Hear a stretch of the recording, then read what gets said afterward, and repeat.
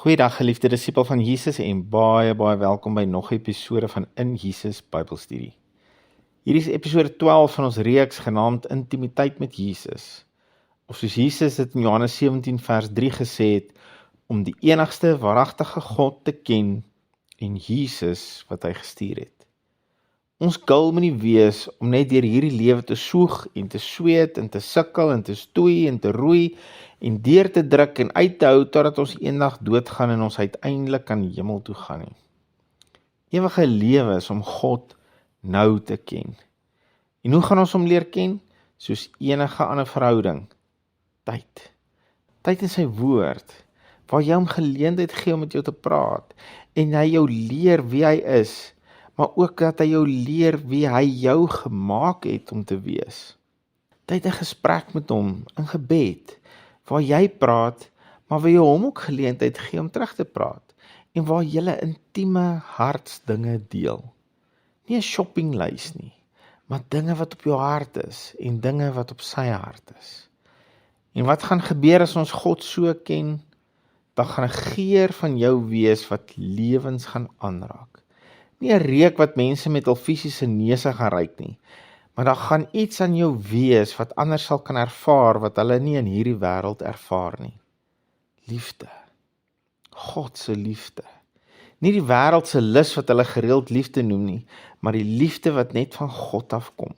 Nie omdat jy probeer het om lief te wees nie, maar omdat jy by hom was. Omdat jy hom ken.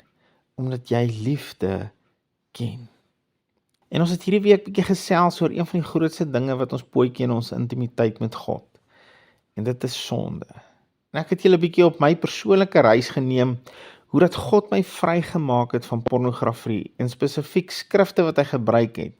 Skrifte wat my nie net destyds vrygemaak het nie, maar wat my vandag nog herinner dat ek steeds vry is, en wat my help om vry te leef en vry te bly. Die Here het my vrygemaak deur Hebreërs 8 vers 12, waarin hy my beloof het, hy sal nooit weer aan my sondes dink nie. En hy het my die bonatuurlike vermoë gegee om dit onmiddellik te glo. Ek het dadelik vir myself uitgemaak dat as God dit 3 maal in sy woord herhaal, dan is dit vir hom belangrik dat ek dit hoor, en is vir hom belangrik dat ek dit glo. En hy het dit vir my moontlik gemaak om dit onmiddellik te glo, en ek kon uit my Egipte uitstap.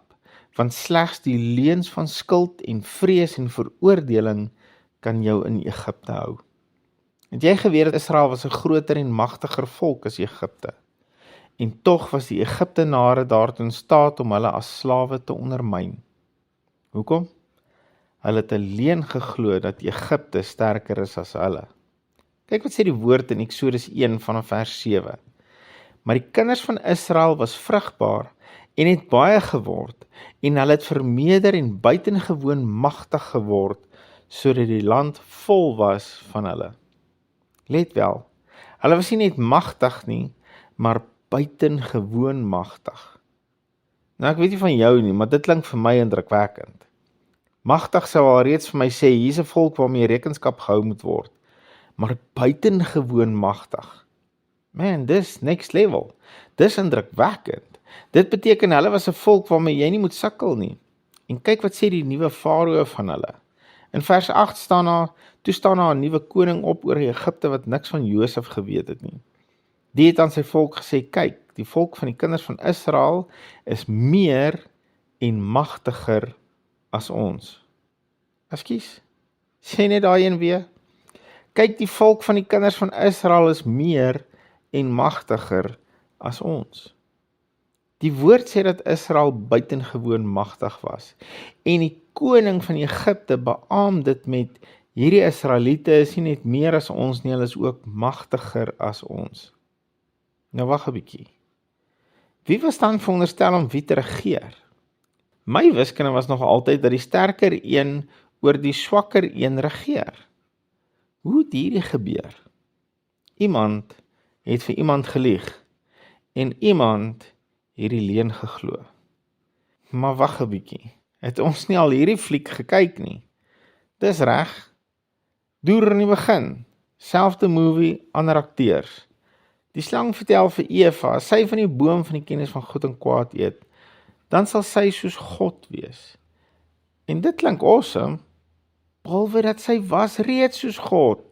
Sy was reeds in sy beeld en sy gelykenis gemaak. Hulle het dan saam met hom in die aandwind gestap en sy stem gehoor. Hulle kon hom hoor loop, so in tune was hulle met hom.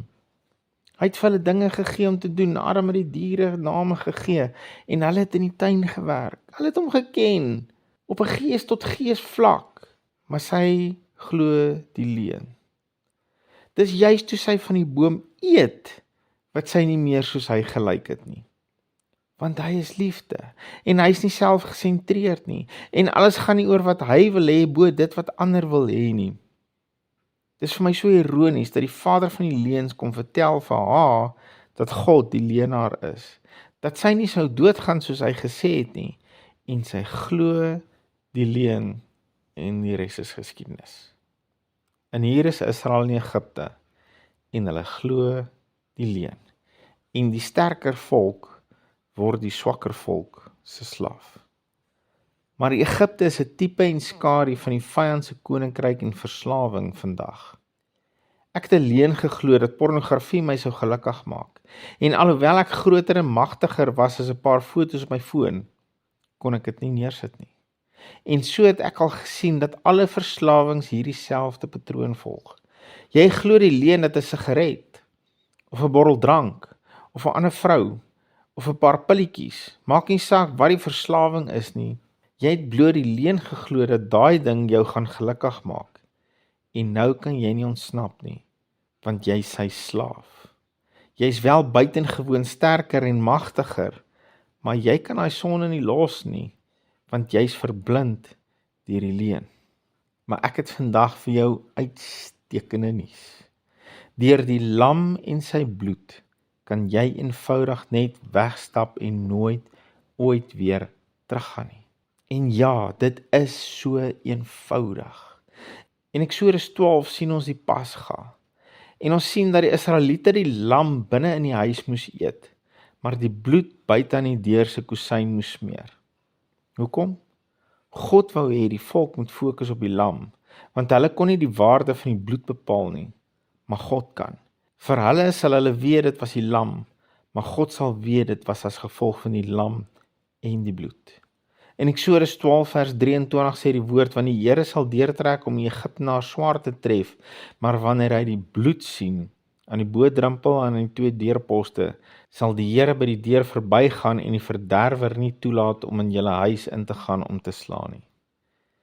Maar wanneer hy die bloed sien. En hierna die Egiptenare die Israeliete gesmeek om weg te trek. En God laat hulle deur die see trek en maak die see agter hulle toe, sodat hulle nie weer kon teruggaan nie. Wat wil ek vandag vir jou sê? Laat die lam, laat Jesus vandag doen wat net hy kan doen om jou vry te maak. Fokus jy op hom, eet van hom, ken hom en laat God toe om die bloed reg te waardeer en dat hy jou vry maak. As God jou vry maak, sal jy altyd vry wees. Jy sal nie nodig hê om op jou tande te byt en te roei en te stoei om vry te wees nie. Jy kan net op die lam konsentreer. Die vyand het nie 'n antwoord of 'n wapen teen die bloed nie. Fokus jy op jou intimiteit met hom, om hom te ken, om hom te aanbid en aan hom lof en eer te bring. Maak Jesus jou alles en hy sal seker maak Egipte verloor sy houvas op jou en hy bly aan die kant die see. Geliefde van Jesus, Jesus is jou enigste antwoord op verlossing. Maar ek wil ook vir jou die belofte bring, as hy jou vrygemaak het, sal jy vir ewig vry wees. Dankie Here vir hierdie beeld wat ons in Egipte sien, dat die lam en die bloed van die lam ons vir ewig vry maak. Here, dis net U wat ons kan losmaak en wat ons kan laat breek van die houvas van die leuen. Dis U waarheid wat die houvas van die leuen kan breek. Dis net U waarheid wat dit kan doen. As daar iemand vandag is wat na hierdie boodskap luister, Here, dan bid ek deur die krag van hierdie gebed, deur die krag van u bloed, deur die krag van u kruisdood, dat hy vandag sy geloof, dat sy haar geloof in dit sal sit wat u gedoen het en vry kan wegstap en nooit weer omdraai terug Egipte toe nie. Want as u iemand vrygemaak het, is hulle vir ewig vry. Dankie Here vir die krag van u bloed. Help ons om u te ken, soos wat u geken wil wees. In Jesus naam. Amen. Geliefde, as jy dalk finansiëel wil betrokke raak in ons bediening, is jy welkom om na ons webwerf toe te gaan by injesus.co.za. Al ons besonderhede is daar, of as jy dalk op 'n Sondagmiddag by ons wil kom kuier en saam met ons diens hou, is jy ook so welkom. Die adres en alles is op die webwerf. Maar maak nie saak wat jy doen nie, hou jou oog op Jesus en jou neus in sy woord. Shalom.